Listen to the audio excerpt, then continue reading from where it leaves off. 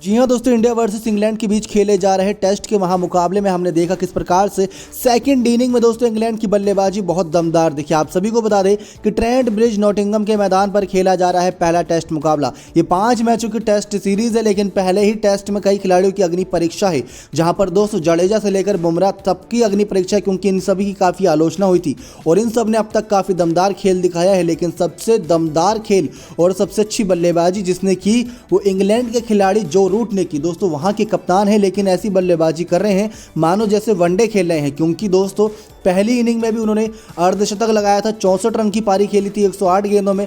सबसे ज़्यादा रन उन्होंने मारे थे इंग्लैंड की तरफ से, तब टीम इंग्लैंड का स्कोर 183 पहुंचा था। और जब टीम इंडिया बल्लेबाजी करने आई तो टीम इंडिया के कप्तान तो दोस्तों गोल्डन डक यानी कि पहले ही गेंद पर आउट होकर चले गए। तो यहाँ पर आप डिफरेंस देख सकते हैं। जो रूट की इस समय दोस्तों आईसीसी की टेस्ट रैंकिंग में आप जाकर देखिए क्या बेहतरीन पाएंगे। उसके बाद दोस्तों यहाँ पर सेकेंड इनिंग में आइए। सेकेंड इनिंग यानी जब आज सुबह खेल की शुरुआत हुई दोस्तों, तो आज जो सेशन हुआ है उस सेशन का अगर आपको हाल बताएं तो आप भी दंग रह जाएंगे, क्योंकि 28 ओवर की 5वीं गेंद यानी कि 28 ओवर 5 गेंद तक का खेल हुआ है, जिसमें टीम इंग्लैंड ने 94 रन बटोर लिए दोस्तों। 2 ही विकेट खोए हैं और यहाँ पर 3.5 की करीब रन रेट के हिसाब से रन बना रहे हैं। और अगर 3 से ऊपर रन रेट अगर टेस्ट में हो तो समझ लीजिए आपकी बल्लेबाजी बहुत अच्छी चल रही है। जो 95 रनों की टीम इंडिया ने लीड ले रखी थी उसको तो चुटकी बजाते ही गायब कर दिया यहाँ पर इंग्लैंड के बल्लेबाज जो रूट और डोमिनिक सिबली ने। आप सभी को बता दें क्या कुछ हमें आज के खेल में देखने को मिला है, शुरुआत से सारी जानकारी देते हैं। दरअसल दोस्तों यहाँ पर टीम इंग्लैंड जो तीसरे दिन का खेल बारिश की वजह से रुका था, वहाँ पर सिर्फ 25 रन पर थी। लेकिन जैसे ही आज खेल शुरू हुआ तो वहाँ से टीम इंग्लैंड ने एकदम से ही रफ्तार पकड़ने की कोशिश की, लेकिन 37 रन पर ही इनका पहला विकेट जो रोरी बंस के रूप में गिरा, मोहम्मद सिराज ने दोस्तों पहला विकेट लिया था।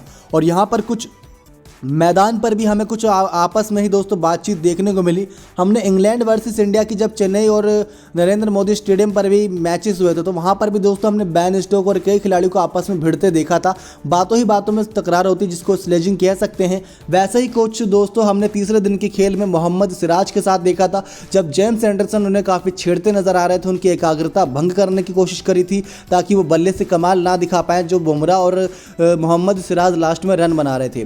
तो जेम्स एंडरसन अपनी रणनीति में कामयाब हो गए, लेकिन आज दोस्तों कुछ ऐसा ही मोहम्मद सिराज करते नजर आए मैदान पर। तो ये तो चलता रहता है, लेकिन यहाँ पर मोहम्मद सिराज ने पहला विकेट दिलाया टीम इंडिया को। उसके बाद दोस्तों दूसरा विकेट भी बहुत जल्दी ही आ गया, क्योंकि जब 37 रन पर पहला विकेट गिरा तो दूसरा विकेट दोस्तों 46 रन पर गिर गया था, यानी कि 9 रन के अंदर ही 2 विकेट खो दिए थे टीम इंग्लैंड ने। 7 गेंदों में 6 रन बनाकर जैक क्राउली जो 3 नंबर पर बल्लेबाजी करने आए थे, एक चौका मारकर वो भी चलते बने। रणनीति उनकी भी साफ थी दोस्तों कि उनको लाइसेंस देकर भेजा गया है। 95 रन की जो लीड बनी हुई है उसको जितना जल्दी कवर कर सके करो, क्योंकि पहले सेशन से पहले ही उनको कवर करना था। कुछ ऐसा ही उनके मन में टारगेट था। तो जब जैक क्राउली इस मकसद में कामयाब नहीं हो पाए तो यहाँ पर कप्तान जो रूट के कंधों पर दारोमदार आया।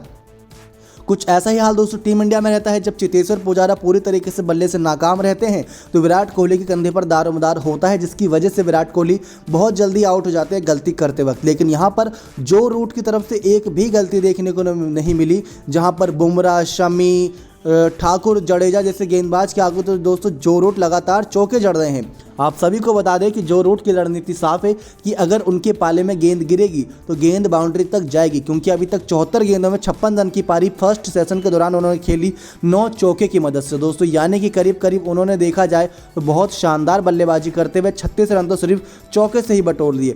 तो ये होती है एक मैच्योरिटी भरी पारी कि आप अपना जो स्टेमिना है बूस्ट उसको हाई रहने दें और उसके बाद बल्लेबाजी में बस अपने कलात्मक शॉट खेलकर सभी को प्रभावित करें और स्कोर बोर्ड को भी आगे चलाते रहें।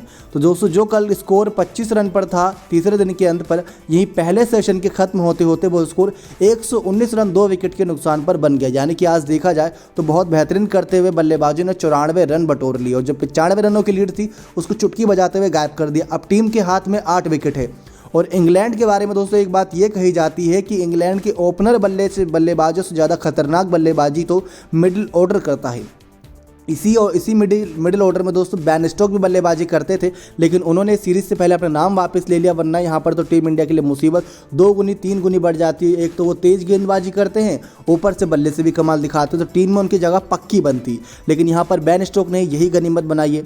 उसके बाद दोस्तों अब हम देख रहे हैं कि डोमिनिक सिबली 116 गेंद का सामना करके 27 रन बनाकर खेल रहे हैं 2 चौके की मदद से। यहाँ पर एक चीज़ ये है कि बस वो सिंगल रोटेट करके सामने जो रूट को ला रहे हैं, क्योंकि वो पूरा ओवर खेल जाते हैं और लास्ट की चौथी या पांचवी या छठी गेंद पर तो चौका लगाने की कोशिश करते ही हैं, जो गलती कर ही देता है बॉलर एक न एक बारी। तो उसी गलती की ताक में रहते हैं जो रूट और यहाँ पर पूरी तरीके से इस मौके का फायदा उठा रहे हैं। जसप्रीत बुमराह और सिराज ने अभी तक एक एक विकेट लिया है। 9 ओवर करीब करा चुके हैं शमी और 7 ओवर करा चुके हैं शार्दुल ठाकुर, लेकिन उनके खाते में एक भी विकेट नहीं आया है। तो ये दिक्कत वाली बात है। इसके बाद दोस्तों जो आने वाले बल्लेबाज बचते हैं उसमें Daniel Lawrence, Jos Buttler, Sam Curran, Ollie Robinson जैसे खतरनाक बल्लेबाज अब भी मौजूद है। तो दोस्तों आपको एक सबसे बड़ा यहाँ पर खुलासा करते हैं कि क्या यहाँ पर बात सामने आई है। दरअसल दोस्तों इंग्लैंड के खिलाफ अश्विन को नहीं खिलाया गया है। जो लोग भी इस बात की आलोचना कर रहे हैं, उन आलोचनाकर्ताओं को यहाँ पर जवाब दिया है जहीर खान ने। आप सभी को बता दें कि वैसे तो ईशांत शर्मा शामिल नहीं थे, उनकी इंजरी थी, लेकिन रविचंद्रन अश्विन को शामिल ना करके रविंद्र जडेजा को शामिल करा। इस बात को लेकर बहुत लोगों ने सवाल खड़े करे। अब आपको बता दें कि अश्विन को प्लेइंग 11 से बाहर करना एक बहुत बड़ा फैसला था। इससे वास्तव में भारत को पहली पारी में मदद मिली, क्योंकि जडेजा ने बल्ले से शानदार प्रदर्शन किया, 86 गेंदों में 56 रन बनाए। और अगर देखा जाए तो यहाँ पर जहीर ने बताया कि जब भी हम रविंद्र जडेजा के बारे में बात करते हैं तो हाल के दिनों में उनके नंबर हमें एक स्पष्ट कहानी बताते हैं। कुछ सवाल निशान थे जब जडेजा ने अकेले स्पिनर के रूप में अश्विन से आगे इस टेस्ट के लिए प्लेइंग 11 में जगह बनाई, मगर बल्ले के साथ उनकी बेहतर क्षमता नहीं उन्हें इंग्लैंड के खिलाफ पहले टेस्ट में जगह दिलाने में मदद की है। जहीर ने आगे कहा कि खेल में अब तक हमने इंग्लैंड से ज़्यादा स्पिन गेंदबाजी नहीं देखी। यहाँ तक कि जो रूट कप्तान जो है वो स्पिन गेंदबाजी करते हैं, लेकिन अभी तक उन्होंने गेंद को हाथ तक नहीं लगाया है गेंदबाजी करने के लिए। लेकिन जडेजा ने फर्स्ट इनिंग में 3 ही ओवर कराए थे, तो उससे पता लगता है कि उनकी बल्लेबाजी में महत्वता कितनी है, क्योंकि उनका बल्ला इस समय चल रहा है। जो तलवारबाजी वो करते हैं वो हर पारी में करके दिखा रहे हैं। तो जडेजा से 3 ही ओवर कराए गए, लेकिन इस लिहाज से हम कह सकते हैं कि अपने बल्ले से उन्होंने काम बखूबी किया। जहीर ने यह भी बताया कि रविंद्र जडेजा एक एक्सपीरियंस क्रिकेटर हैं जो अब 50 से अधिक टेस्ट खेल चुके हैं। उन्होंने जडेजा को इस समय दुनिया के शीर्ष ऑलराउंडरों में से एक करार दिया। जहीर ने कहा कि ऐसा नहीं है कि उन्होंने भारतीय परिस्थितियों में अपने सभी रन बनाए और विदेशी परिस्थितियों में स्ट्रगल किया। उनका साल 2018 के बाद से विदेशी टेस्ट में सभी भारतीयों के बीच सबसे अच्छा औसत रहा है। ये बात तो माननी पड़ेगी दोस्तों। अब यहाँ बात औसत की आई है, तो चलिए आपको एक बड़े रिकॉर्ड की तरफ लेकर चलते हैं जो बल्लेबाजी में भारत की औसत को दर्शाता है। दरअसल दोस्तों वो रिकॉर्ड है कि साल 2018 के बाद से ही टीम इंडिया का बल्लेबाजी में कैसा रिकॉर्ड रहा है। बल्लेबाजी में तो कप्तानी में दोस्तों टीम इंडिया की विराट कोहली की सबसे फिसड्डी बल्लेबाजी हुई है टेस्ट में पिछले 3 सालों से, क्योंकि दोस्तों साल 2021 में टेस्ट में कोई दोहरा शतक नहीं लगा सका है। सबसे ज़्यादा रन दोस्तों रोहित शर्मा ने 161 रन बनाए थे। इसके बाद दोस्तों यहाँ पर रविचंद्रन अश्विन ने सेकंड नंबर पर 106 रन बनाए हैं और ऋषभ पंत ने इसी साल 101 का एक शतक ठोका था। 2020 में भी हमारा बल्लेबाज कोई दोहरा शतक नहीं लगा पाया था और 5 सालों से दोस्तों 13 शतक का इंतजार है। साल 2016 में आखिरी बार करुण नायर ने इंग्लैंड के खिलाफ चेन्नई में नाबाद 303 रन बनाए थे। इसके बाद टीम इंडिया कोई भी बल्लेबाज टेस्ट में 13 शतक नहीं लगा सका है। आपको ये भी बता दें कि विराट कोहली, चेतेश्वर पुजारा, अजिंक्य रहाणे जैसे दिग्गज बल्लेबाज तो इस साल शतक का भी एक चेहरा नहीं देख सके। उन्होंने शतक लगाया भी नहीं दोस्तों। टेस्ट क्रिकेट के सबसे नामी खिलाड़ियों में से एक हैं, लेकिन एक शतक नहीं आया। कितनी ज़्यादा दोस्तों यहाँ पर निराश कर देने वाली बात है। और विराट कोहली को 622 से ज़्यादा दिन हो चुके हैं जब उन्होंने आखिरी शतक लगाया था।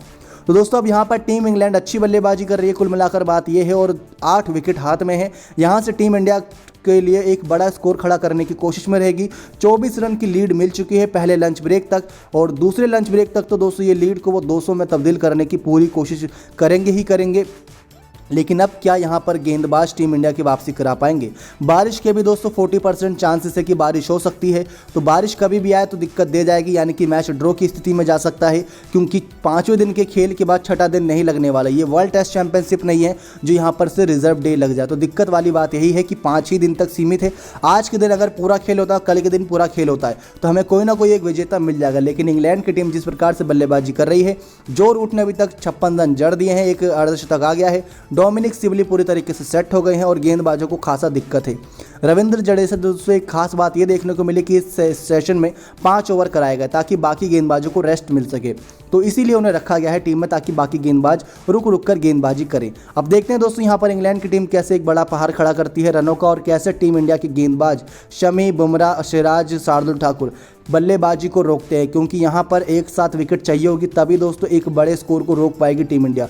2 विकेट अभी तक चटकाने में कामयाब हो पाई है, अगली कुछ विकेटों का इंतजार बड़ी ही बेसब्री से है। अब देखते हैं विराट कोहली की रणनीति क्या होती है, क्योंकि यहाँ पर रणनीति ही बहुत आवश्यक रहेगी। जो रूट अगर ऐसे बल्लेबाजी करते रहे तो आज उनके बल्ले से एक शतक नहीं बल्कि दोहरा शतक भी लग सकता है। नेक्स्ट 9 स्पोर्ट्स की रिपोर्ट।